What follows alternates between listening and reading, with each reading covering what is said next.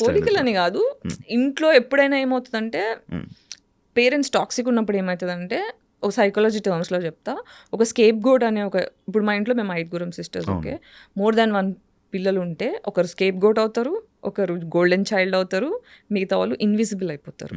Scape goat child ఏంటంటే, నాకు నిజాలు మాట్లాడడం ఇష్టం, మీకు నచ్చినా నచ్చకపోయినా నాకు తప్పు అనిపిస్తుంటే, నాకు ఇది తప్పు అనిపిస్తుంది కొంచెం చూడండి అని అడుగుతా. ఇప్పుడు టాక్సిక్ ఫ్యామిలీలో ఏమవుతుందంటే, నేను చెప్పిందే నువ్వు వినాలి, అది తప్పు ఒప్పుతో సంబంధం లేదు అని చెప్పి ఫోర్స్ చేస్తారనుకో, నేను నిజాన్ని అడుగుతున్న ప్రచారం వాళ్ళకి నచ్చట్లేదు కాబట్టి నన్ను కొట్టడం చేస్తుండే. పెద్దవాళ్ళు కాబట్టి ఏజ్లో పెద్దవాళ్ళు అదే కోరుకుంటారు, చిన్నవాళ్ళు నేను చెప్పిన వినాలి, మీకేం తెలుసు అన్నట్టు. కానీ ఒక జెన్యున్ క్వశ్చన్ అడిగినప్పుడు నాకు ఆన్సర్ వచ్చేది కాదు. సో ఒక చైల్డ్ నీడ్స్ని పట్టించుకోకుండా ఒక డిక్టేటర్ లాగా. అంటే ఏం క్వశ్చన్స్ అడిగేవాళ్ళు నార్మల్గా మీ నాన్నగారిని? నీకు ఏదో డ్రెస్ కావాలనేది అడిగితే, ఇది ఒక స్టూపిడ్ ఎగ్జాంపుల్ చెప్తున్నా, డ్రెస్ కావాలని అడిగితే అది నేను కొనిచ్చే అంత స్తోమత లేదు బెటర్ నాకు. మా నాన్న రిచ్, బాగా పైసలు ఉన్నాయి కానీ కావరం ఎక్కువ.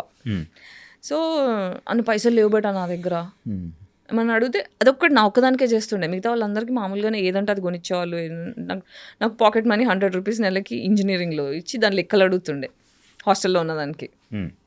ఇట్లా చేస్తున్నావు ఎందుకు నాన్న అంటే, ఇంతమంది ఆడపిల్లల్ని పోషించాలంటే నేను ఆరిపోతా అంటే, మరి ఎందుకు గన్నావు 5గురిని అని అన్నా. అంటే ఇది ఒకసారి 2 సార్లు కాదు, ఒక 100 సార్లు నన్ను చిన్న చేయడం అలా చేస్తే, 5గురిని ఎందుకు కన్నావు, మరి తక్కువ మందిని కనాల్సింది, బాధ్యత ఇంత ఉండేది కాదు కదా. నేను చాలా జెన్యున్గా ఇన్నోసెన్స్తో అడిగా. అడిగితే నువ్వు గంతు కానీ ఎక్కువ మంది నువ్వు అంటే ఎక్కువ మందిని అలా చాలా డిఫరెంట్గా మాట్లాడతారు. మళ్ళీ అంటే ఇవి స్మాల్ థింగ్ ఏంటి అని వెతుకుతుంటే నాకు దొరకట్లేదు, కానీ మా డాడీ చేసినవన్నీ చాలా ఎక్స్ట్రీమ్ పనులు. ఓకే, అవన్నీ నేను ఒక పాడ్కాస్ట్లో అంటే ఫాదర్ అబ్యూస్ గురించి మాట్లాడతాను. That is too much to bear. Actual మీ నాన్నగారికి అబ్బాయి కావాల్సి ఉండే, 3 అబార్షన్లు అయినాయి మా అమ్మకి. మళ్ళీ ఆడపిల్లలతో సాటిస్ఫాక్షన్ లేక మా మీద మర్డర్ అటెంప్ట్ చేయించాడు. మా అమ్మ మీద మర్డర్ అటాక్ చేశాడు. తర్వాత డివోర్స్ అప్లై చేసేటప్పుడు ఆస్తులు ఇవ్వడం ఇష్టం లేక ఆ టైంలో చాలా హారిబుల్ డివోర్స్ సీన్స్. దాని తర్వాత మళ్ళీ పెళ్లి చేసుకున్నారు, మళ్ళీ అమ్మాయి పుట్టింది. తండ్రి పాపాలు అనేవి కూతురు తీర్చాలంట, స్పిరిచువాలిటీ అర్థమైంది. పాపాలు చేసే తండ్రికి అమ్మాయిలు మాత్రమే పుడతారంట, కొడుకులు పుట్టారంట. అర్థమవుతుంది తర్వాత నమ్ముతున్నా, ఇంతకుముందు నమ్మేదాన్ని కాదు. బేసిక్గా మీరు అలాంటి వాతావరణంలో నుంచి రావడం వల్ల మీకు ఒక అమ్మాయికి సపోర్ట్ చేయాలి అంటే, ఇలా చాలా మంది అమ్మాయిల జీవితాలు ఇలా ఉన్నాయి. చాలా మంది అమ్మాయిలు బయటికి ఇప్పుడు ఎంతో అంటే పితృస్వామ్య వ్యవస్థ అనేది ఏం చేస్తుందంటే, బేసిక్గా పురుషాధిక్యంలో డిజైన్ చేయబడ్డ సొసైటీ ఇది. So extremely emotionally intelligent parents, అంటే ప్రేమని అర్థం చేసుకున్న తల్లి తండ్రి ఉన్న కుటుంబాల్లో మాత్రమే ఆడపిల్లలు సంతోషంగా ఉన్నారు. అది ఓన్లీ ఎక్స్ట్రీమ్లీ రిచ్ కమ్యూనిటీస్లో, అది కూడా అందరు కూడా కాదు. బట్ మన ఇండియా ఏంటి, ఇండియా కాదు ప్రపంచం మొత్తం ఇలాగే ఉంది. రిచ్ క్రౌడ్ తక్కువ, పూర్ క్రౌడ్ ఎక్కువ, మిడిల్ క్లాస్ ఎక్కువ. సో ఎకనామికల్ ఇష్యూస్ ఉన్న ప్రతి దగ్గర ఎక్స్‌ప్లాయిటేషన్ ఉంటుంది. So larger crowd of women are going through depression. So నా వాల్యూ ఏంటో నాకు తెలియకుండా నేను పెరుగుతున్నట్టు చాలా మంది అమ్మాయిలు, చాలా మంది కాదు, ఎక్స్ట్రీమ్లీ ఎక్కువ population, more than 50% of population అనే చెప్తాను నేను. మీరు ఇలా మాట్లాడడం స్టార్ట్ చేశాక ఏదైనా ఎవరైనా అమ్మాయిలు మిమ్మల్ని కాంటాక్ట్ అయ్యారా? చాలా మంది అవుతారు, రెగ్యులర్ బేసిస్లో అవుతారు. వీళ్ళ టైం బట్టి మ్యాక్సిమం రిప్లైలు ఇస్తా, అందరితో మాట్లాడతారు. ఓకే, ఈ జనరేషన్లో పెళ్లి చేసుకోవడం తప్పు అంటారా? తప్పు అంటే ఇట్స్ అ ప్రివిలేజ్. ఓకే, పెళ్లి చేసుకోవడం అనేది ప్రివిలేజ్. ఇప్పుడు నన్ను అడిగితే మనం అందరం యుద్ధంలో ఉన్నాం, సైకలాజికల్ యుద్ధంలో ఉన్నాం. ఇప్పుడు మనం ఏం చేయొచ్చు అంటే, తరతరాలు వరల్డ్ వార్ అయిన తర్వాత ఇండిపెండెన్స్, మనకి ఇండియా ఇండిపెండెన్స్ వార్ యుద్ధాలు అయిన తర్వాత ఏంటంటే, మనం అంతా ట్రామాకు గురాం. అంటే ఫర్ ఎగ్జాంపుల్, మనం పరిగెడుతుంటే పెద్ద దెబ్బై కాలు ఫ్రాక్చర్ అయిపోయింది అనుకోండి, ఆ కాలు ఫ్రాక్చర్ అయిపోయేదాకా మనం ఏం చేస్తాం, బెడ్ రెస్ట్ తీసుకొని దాని మీద ఫోకస్ చేస్తాం. దాని మీద ఫోకస్ చేస్తే దగ్గుతుంది. లేదు నువ్వు పట్టేసేసి నన్ను ఉరుకు అంటే ఉరకలేం మనం, దానివల్ల దెబ్బలు ఇంకా పెరుగుతుంది, ఇన్ఫెక్షన్ అవుతుంది, కాలు తీసేదాకా వస్తుంది. సో వార్ వల్ల ఏమవుతుందంటే, మన తాతలు, ఇప్పుడు మా తాత ఫ్రీడమ్ ఫైటర్ ఉండే, ఫ్రీడమ్ మూమెంట్లో మా తాతయ్య పార్టిసిపేట్ చేశారు, బ్రిటిష్ వాళ్ళ చేతిలోనే చనిపోయారు. మా తాతయ్య కూడా ఎమ్మెల్యే ఉండే, ఫ్రీడమ్ వచ్చిన తర్వాత ఆ టైంలో హీ గాట్ కిల్డ్. సో ఇట్లాంటి టైంలో ఏమవుతుందంటే మన తాతల జనరేషన్ వాళ్ళందరూ ఇమోషనల్ ట్రామాకి గురయ్యారు. అంటే ఫుడ్ ఎక్స్‌ప్లాయిటేషన్, చంపేయడాలు, భయంలో బ్రతికారు. ఇప్పుడు గాజా వార్ చూస్తున్నారు కదా, భయంలో ఉన్నారు.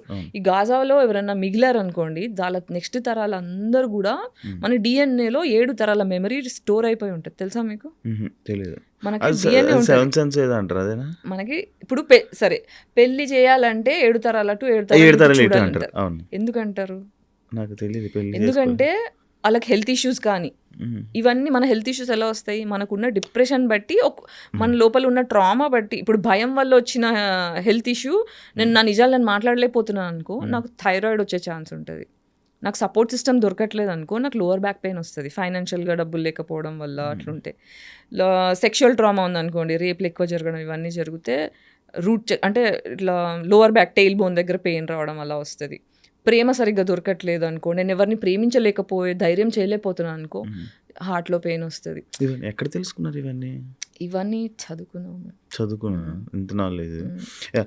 సో దీనంటే దీస్ డిసీజెస్ మనకున్న డిసీజెస్ అన్నీ కూడా ఇమోషనల్ బ్యాగేజెస్ వల్ల వచ్చేవన్నమాట. సో మన తాత ముత్తాతల జనరేషన్ వాళ్ళందరికీ ఇలా డిఎన్ఏలో కూర్చుండిపోయాయి. అందుకే ఒక్కొక్కరికి ఒక్కొక్క లాంటి డిసీజెస్ వస్తుంటాయి. సో ఇప్పుడు ఏంటంటే మెంటల్ ట్రామా వల్ల ఫిజికల్ డిసీజెస్ వస్తున్నాయి. ఒకరినొకరు అర్థం చేసుకోలేని, ఇప్పుడు మగోళ్ళు చంపేస్తున్నారు, క్రిమినల్స్ అవుతున్నారు, ఆడోళ్ళు క్రిమినల్స్ అవుతున్నారు. ఫస్ట్ మనం క్రైమ్ ఆపాలి అంటే, నేను ఎందుకు రాక్షసుడిలా తయారవుతున్నా, నేను ఎందుకు రాక్షసిలా తయారవుతున్నా, why becoming man hater, why becoming women hater అని పాజ్ అయిపోయి ఇంట్రోస్పెక్ట్ చేసుకొని, మన జనరేషన్ అంటే మన డిఎన్లో కూర్చున్న 7 తరాల జనరేషన్ వల్ల వచ్చే ఇమోషనల్ మెమరీని హీల్ చేసుకోవాలి.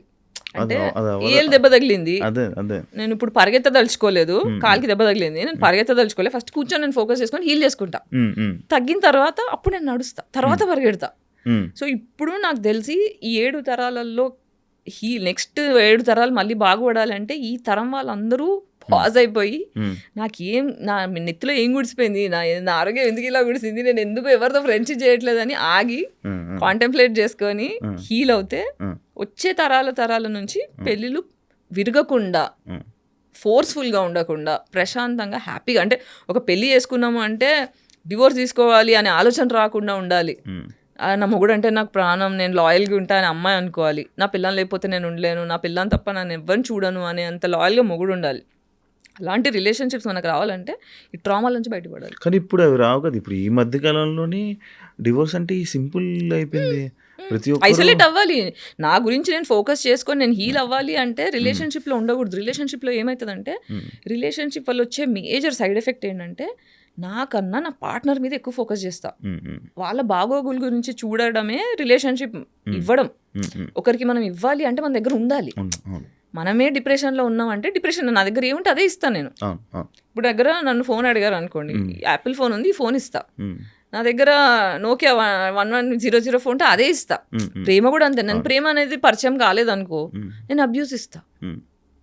కాబట్టి మనం అబ్యూస్ అనేది మనకు జరిగింది, మన పేరెంట్స్ని మనం ఫర్గివ్ చేయాలి, యాన్సిస్టర్స్ని ఫర్గివ్ చేయాలి. ఎందుకంటే వాళ్ళు ట్రామాకి గురయ్యారు కాబట్టి ఆ భయం కొద్దీ వాళ్ళు కోపాన్ని మన మీద రుద్దారు. అందులోంచి నేను బయటికి వచ్చి ఫర్దర్గా నా పిల్లానికి కానీ, మొగుడికి కానీ, పిల్లలకు కానీ పాస్ చేయను అని హీల్ అవ్వాలి. So it's a pause that is happening, which is good. పెళ్ళిళ్ళు అనేది ఇంకా ప్రివిలేజ్. మీరు ముందు